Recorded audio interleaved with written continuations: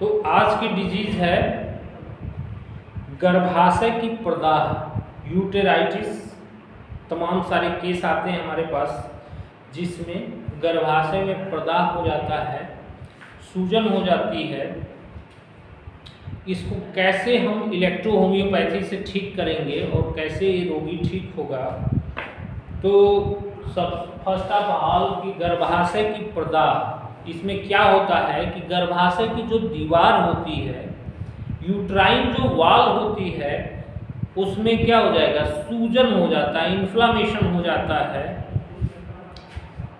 और उसमें सूजन में थोड़ा क्षय होने लगे या तो उसी को हम मेट्राइटिस या यूटेराइटिस भी कहते हैं। इसी सब चीज़ों को हम बोलते हैं कि ये मेट्राइटिस है या यूटेराइटिस है। तो उसमें जो है ये प्रदाह की अवस्था जो है वो हो जाती है। तो कैसे हम इलेक्ट्रो होम्योपैथी में इसको ठीक करेंगे और कैसे ये हम ट्रीट करेंगे इस रोगी को। तो फर्स्ट ऑफ ऑल हम किसी रोगी को ठीक करने के लिए हम इलेक्ट्रोपैथी में जो सिलेक्शन ऑफ रेमेडी करते हैं उस पे हम आते हैं। तो फर्स्ट ऑफ ऑल कि सिम्टम्स, रोगी हमारे पास सिम्टम्स लेके आता है, तो सिम्टम्स क्या क्या होता है उसको जानेंगे। फिर कौन से अंग में बीमारी हुआ है, फिर उसके पीछे कारण क्या है, 3 चीज़ों का ध्यान रखेंगे तो ये चीज़ें हम ठीक कर सकते हैं गर्भाशय की प्रदाह को भी। तो इसमें सिम्टम्स क्या आता है कि जो पेल्विक है, पेल्विक एरिया में यानी कि पेट में जो पेल्विक एरिया है, उदर जिसको बोलते हैं, निम्नोदर जिसको बोलते हैं, उसमें पीड़ा, दर्द, पेल्विक पेन, पेल्विक पेन यानी कि निम्नोदर, हिंदी में बोलते हैं उदर में पीड़ा, ये क्या है, ये सिम्टम्स है, लक्षण है। उसके बाद वहां पे फूलना यानी कि सूजन हो जाना, सूजन, फूलना, हिंदी में फूलना कहते हैं इसको, कि वहां लगेगा कि ब्लॉट किया हुआ है, फूला हुआ है वहां, यानी कि। और फिर गर्भाशय का फैल जाना, फैलने जैसा लगेगा, गर्भाशय का फैल जाना,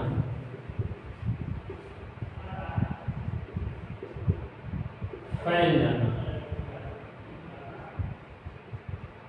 गर्भाशय का फैल जाना। और क्रॉनिक केस में जाएंगे तो इसमें क्या होता है कि गर्भाशय से रक्त आना या पस आना, पस, दुर्गंध युक्त,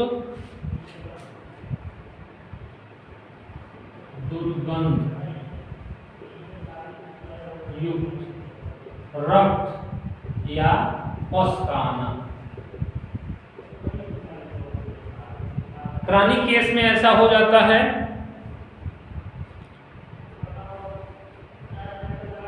उसके साथ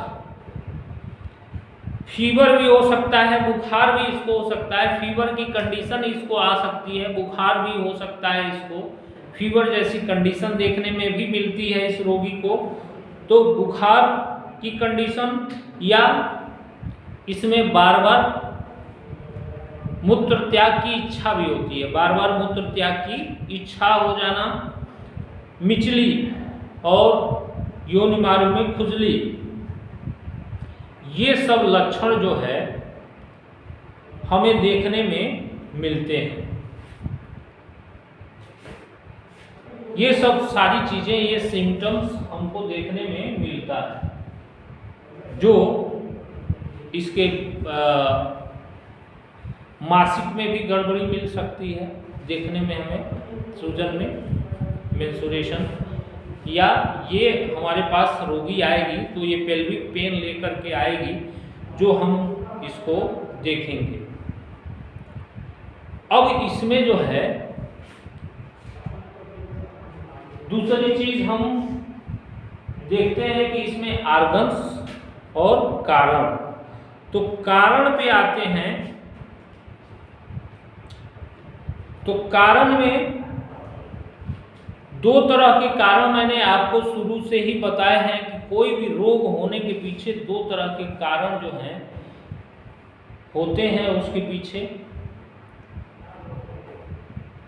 इंटरनल और एक्सटर्नल।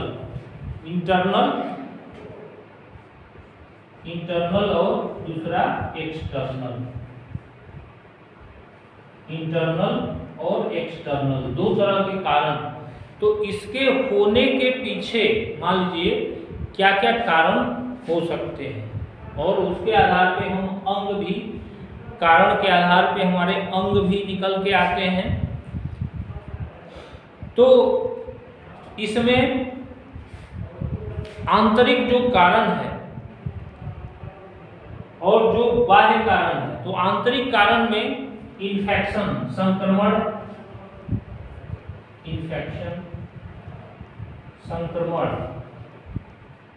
और कॉन्स्टिट्यूशन भी जो आता है, जो कारण मैं सुबह में बता रहा था, तो कॉन्स्टिट्यूशन भी जो कारण आता है वो आंतरिक ही होता है। आंतरिक कारण है कि जब इंसान की प्रकृति बिगड़ती है तो उसमें संक्रमण या चीजें होना शुरू हो जाती हैं। तो कारण जो है वो मुख्य कारण जो है कॉन्स्टिट्यूशन का इम्बैलेंस्ड होना ही होता है। लेकिन आगे इसमें संक्रमण कारण हो सकते हैं गर्भाशय में, तो उसमें संक्रमण में चाहे वो स्ट्रेप्टोकोकाई या गोनोरियल संक्रमण, ये सब कारण हो सकते हैं उसके पीछे, कि जिसके कारण इसमें क्या होता है, गर्भाशय में सूजन हो सकता है, इन्फेक्शन इसके पीछे कारण है। अब आते हैं कि एक्सटर्नल कारण क्या क्या हो सकता है। तो एक्सटर्नल कारण में बहुत सारे कारण हैं कि गर्भाशय पर चोट, इंजरी लग जाए, चोट, गर्भाशय में चोट लग जाना, injury, any how injury. Cold, ठंडा लग जाना, गर्भाशय में ठंडा, सर्दी, कोल्ड, ठंडी की वजह से कभी कभी हो जाता है। उसके बाद एबॉर्शन,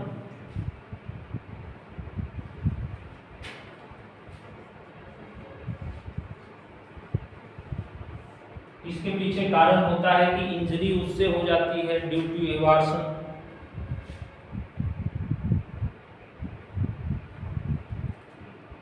या इसमें औषधियों को लगाना, बहुत सारी औषधियों को लगाने से भी हो जाता है। और भी किसी तरीके से चोट इसमें पहुंच जाना, किसी भी तरीके से चोट यहाँ पहुंच जाना, ये कारण है, कोल्ड कारण है, एबॉर्शन है, या किसी भी तरीके का चोट वहाँ पहुंच जाए जिसके कारण से उसमें सूजन जो है। और बच्चे पैदा होने के बाद या गर्भपात होने के बाद खास करके इसमें यूटेराइटिस, जो गर्भाशय की प्रदाह है, वो हो जाती है। जब पेशेंट की हिस्ट्री आप लेंगे तो उस हिस्ट्री में ये चीज़ें आपको देखने को मिलेंगी, हमको हिस्ट्री में उसकी, कि ये चीज़ें हमें समझ में आती हैं कि इसके पीछे कारण क्या क्या हो सकता है। सिम्टम्स मैंने बताया, कारण बताया, वो अंग इसमें क्या क्या हो सकता है। अंग जो है वो गर्भाशय की जो दीवार है, यूट्राइन वॉल, ठीक,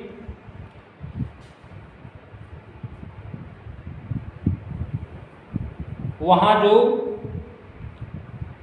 सीरस म्यूकस मेम्ब्रेन है, यानी कि श्लेष्मिक जो कलाएं हैं, मेम्ब्रेन,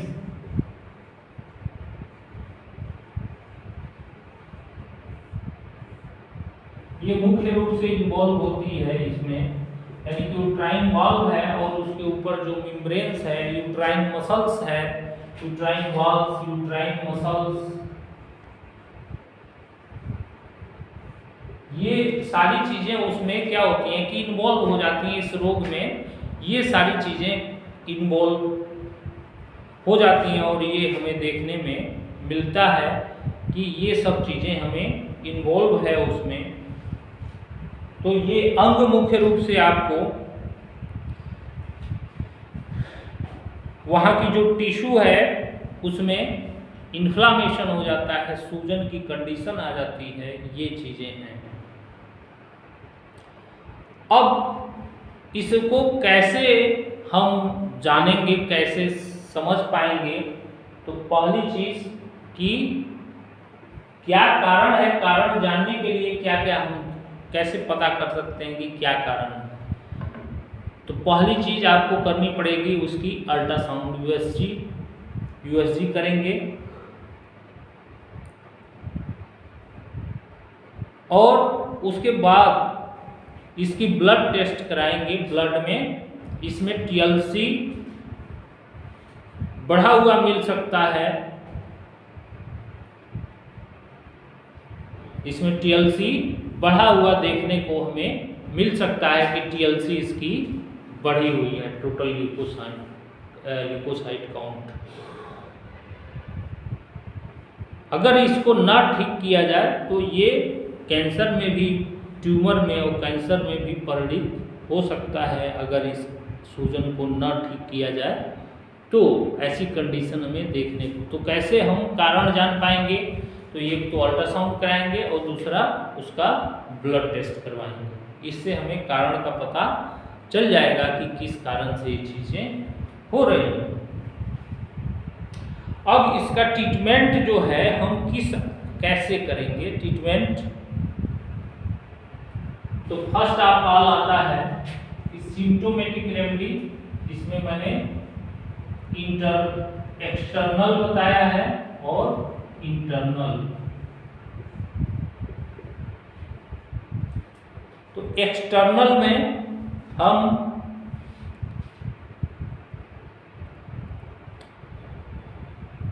C5A2G, चूंकि सूजन हुआ है, यहाँ पे इन्फ्लामेशन हुआ है, तो C5A2G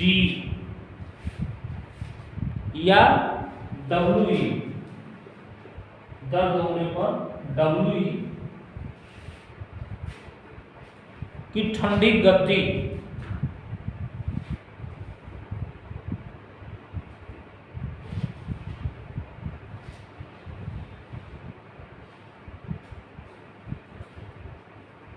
तो इसमें जो है C5A2G की या WE की ठंडी गद्दी, ये किस में होता है? D4 में होता है। अब इसका जब हम ट्रीटमेंट करेंगे, अब उसके आधार पे मान लीजिए कि ये फैल जाना, दुर्गंध युक्त स्राव, पस आना, या मान लीजिए पेल्विक पेन हो रहा है, तो पेन अगर आपको क्लिनिक में मैनेज करना है तो WE पिलाने के लिए दे सकते हैं या फोन पिलाने के लिए दे सकते हैं। ठीक, ये पिलाने के लिए आप एट द क्लिनिक पे अपने इंटरनल रूट में प्रयोग कर सकते हैं, इंटरनल में प्रयोग किया जा सकता है इसके दर्द को कम करने के लिए। गोलियों में दे करके WE या फोन C1 ये दे करके तुरंत इसके दर्द को आराम दे सकते हैं कि तत्काल आपकी क्लिनिक पे ही आराम हो जाता है। अब इसमें जो है ऑर्गेनिक रेमेडी और सिम्टोमेटिक रेमेडी, मतलब सिम्टोमेटिक हो गया, ऑर्गेनिक रेमेडी और कारण की दवाई। तो अब ऑर्गेनिक रेमेडी में क्या क्या होगा, तो यूट्राइन जो मेम्ब्रेन है इसमें 3 दवाइयां होती हैं, C1, C2 और C5, है समझ में, C5। तो ये 3 दवाइयां हम लोग प्रयोग करते हैं कंडीशन के आधार पे, और जैसी कंडीशन हो उस आधार पे ये 3 दवाइयां हमें यूज करनी होती है। और इसमें जो है एक्यूट इन्फ्लामेशन हो तो A1 या A2, क्रानिक में A2।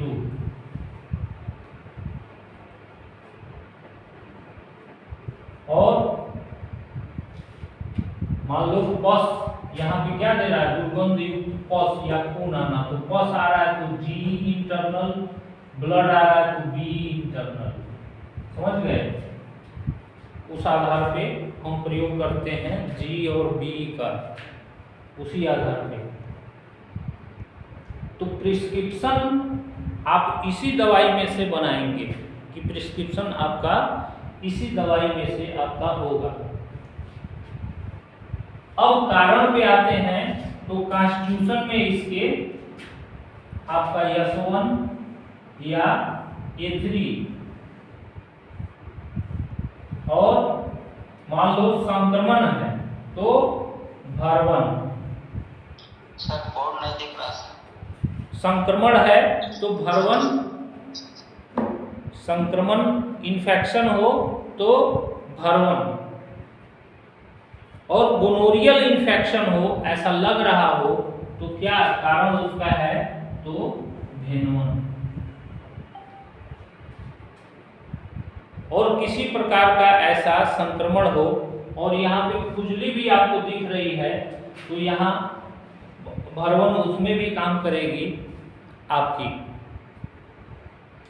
तो इस कंडीशन के आधार पे जो उसके बच्चेदानी में सूजन हुई है,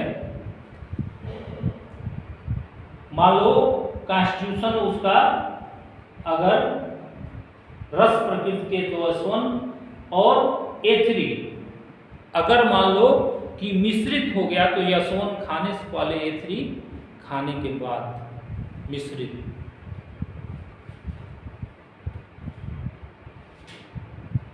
और भी जो कंडीशन उसकी होती है, मान लीजिए और भी मैंने सिम्टम्स बताया उसके, कि खुजली हो गया, मिचली हो गया, या भूख नहीं लग रही है, तो आप यास्टेन को ऐड कर सकते हैं भोजन के बाद, या रात में भरवन, या सोते समय या सलासी, कंडीशन के आधार पे चीज़ों को ऐड कर सकते हैं। बाकी मेन दवाई यही होती है। यहाँ आप F1 भी प्रयोग कर सकते हैं दर्द के लिए, F1, A1 एक्यूट मतलब inflammation, A2 chronic inflammation, C1 जो है एक यूट्राइन की है, C2 जो है जो मेम्ब्रेन है, C5 मसल्स की है, वहाँ यूट्राइन मसल्स की। तो C5 को छोड़ भी सकते हैं, C5 को छोड़ भी सकते हैं, क्योंकि C5 जो है यहाँ आपने लगाने में दे दिया है। तो C1 या C2 दोनों में से किसी एक का प्रयोग आप कर सकते हैं, C1 या C2 में दोनों में किसी एक का प्रयोग आप कर सकते हैं। और आवश्यकता अनुसार इसको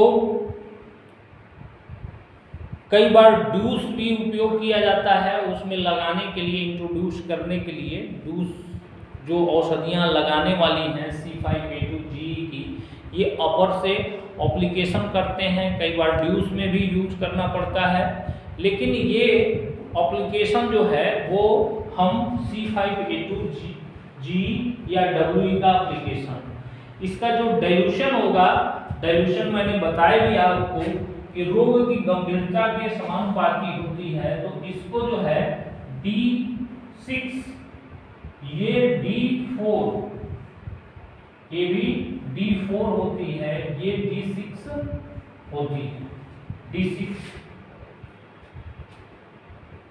या जैसी कंडीशन आपको देखने में मिलती है, जितना क्रॉनिक डिजीज है उस आधार पे आप डाइल्यूशन का अदल बदल इसमें कर सकते हैं कि डाइल्यूशन आपको क्या देना है, डाइल्यूशन किस तरीके से देना है, इसमें आप अदल बदल कर सकते हैं। इसलिए मैंने D6 बताया कि नॉर्मल एक रेंज D6 की होती है और इसका उपयोग, इन औषधियों का उपयोग आप करेंगे तो 100% आपको लाभ, वो यूटेराइटिस में, बच्चेदानी की सूजन में 100% आपको लाभ देखने को मिलेगा और आप इस रोगी को अपनी इलेक्ट्रोपैथी दवाई से आप ठीक कर सकते हैं। और हमारी इलेक्ट्रोपैथी दवाई से ये रोगी जरूर ठीक होता है, 100% ठीक होता है।